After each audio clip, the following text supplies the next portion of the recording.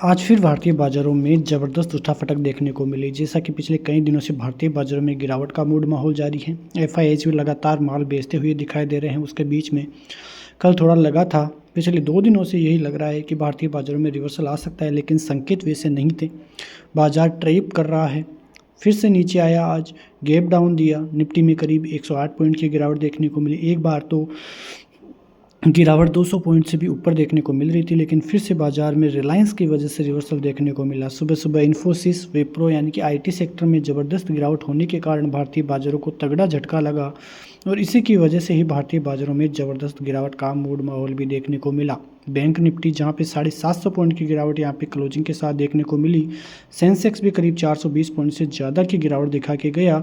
Bank Nifty में बहुत हालत ख़राब होती हुई दिखाई दे रही है। एक्सिस बैंक जहां पे 3 से 4% तक की गिरावट, आईसीआईसीआई बैंक 1.5 से 2% तक की गिरावट, एचडीएफसी, इंडसइंड बैंक, कई बैंकों में आज गिरावट का मूड माहौल देखने को मिला। कोटक महिंद्रा बैंक भी गिरावट के साथ ही नज़र आया। तो बैंक निफ्टी की तरफ से कोई अच्छी न्यूज़ नहीं है जहां पे लगे कि भारतीय बाजारों में कोई रिवर्सल देखने को मिल सकता है।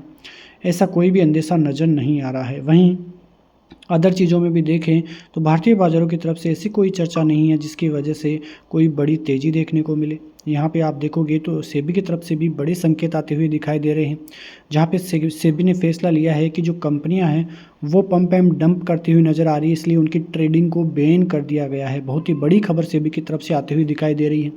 सेबी जो है पीआईएफएल पर बहुत बड़ा फैसला नज़र आया है और वहाँ पे सेबी ने जब तक अग्रिम आदेशों तक ट्रेडिंग को बंद कर दी है और उसी की वजह से वहाँ पे ज़बरदस्त तरीके से लोअर सर्किट भी लगते हुए नज़र आ रहे हैं। तो इस खबर के कारण उन सभी कंपनियों पर इम्पैक्ट पड़ता हुआ नज़र आएगा।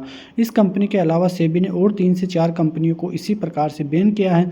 तो सेबी अपने निर्णय कठोर करते हुए नज़र आ रही है, क्योंकि ऐसी ही हालत में जो रिटेल निवेशक है वो ऊपरी लेवलों पे फंसते हुए नज़र आते हैं, जबकि जो कंपनी है उसके कई जो बड़े ऑपरेटर्स हैं वो प्रॉफिट बुकिंग कर लेते हैं और जो बड़े प्रमोटर्स हैं वो प्रॉफिट बुकिंग करने के बाद सेल ऑन कर देते हैं, जिससे रिटेलर्स को काफ़ी बड़ा नुकसान भी होता हुआ दिखाई देता है। एक और बड़ी खबर यहाँ पे देखोगी तो वर्ल्ड बैंक की तरफ से यहाँ पे आती हुई दिखाई दे रही है। उनकी तरफ से फाइनेंशियल ईयर 26 और 27 के लिए इंडिया को अभी भी फास्टेस्ट ग्रोइंग लार्ज इकोनॉमी ये मानते हुए अभी भी दिखाई दे रहे हैं। उनका मानना है कि अभी भी इंडिया ज़बरदस्त तरीके से ग्रो कर सकता है फाइनेंशियल ईयर 26 और फाइनेंशियल ईयर 27 के दौरान। तो ये बहुत ही बड़ी खबर, अच्छी खबर यहाँ पे भारतीय बाजारों के लिए देखने को मिल रही है। लेकिन एफआईआई जिस प्रकार से भारतीय बाजारों में अक्टूबर के महीने से सेलिंग करते हुए नजर आ रहे हैं, इसकी वजह से भारतीय बाजारों को बहुत भयंकर और बड़ा झटका यहाँ पे देखने को मिल रहा है और इस झटके की वजह से ही भारतीय बाजारों में काफ़ी ज़बरदस्त तरीके से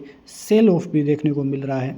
मौका ये है कि अब भारतीय बाजारों में जब तक एफआईआई की बाइंग नहीं आती है तब तक आप शांति से बैठे रहिए, मौके का इंतज़ार कीजिए।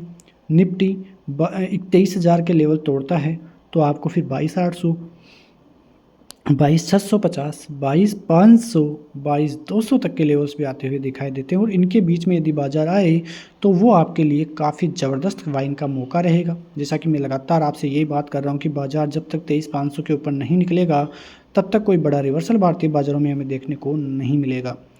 बैंक निफ्टी की बात करें तो बैंक निफ्टी भी नेगेटिव ही देखने को मिल रहा है। बैंक निफ्टी 48,200, 47,800 के लेवल तोड़ता है तो फिर दिक्कतें बनेंगी, वरना बाजार 48,800 के ऊपर जाएगा तो फिर बैंक निफ्टी में रिवर्सल के संकेत देखने को मिलेंगे। 49,200, 48,800 ये रेजिस्टेंस जोन रहने वाले हैं।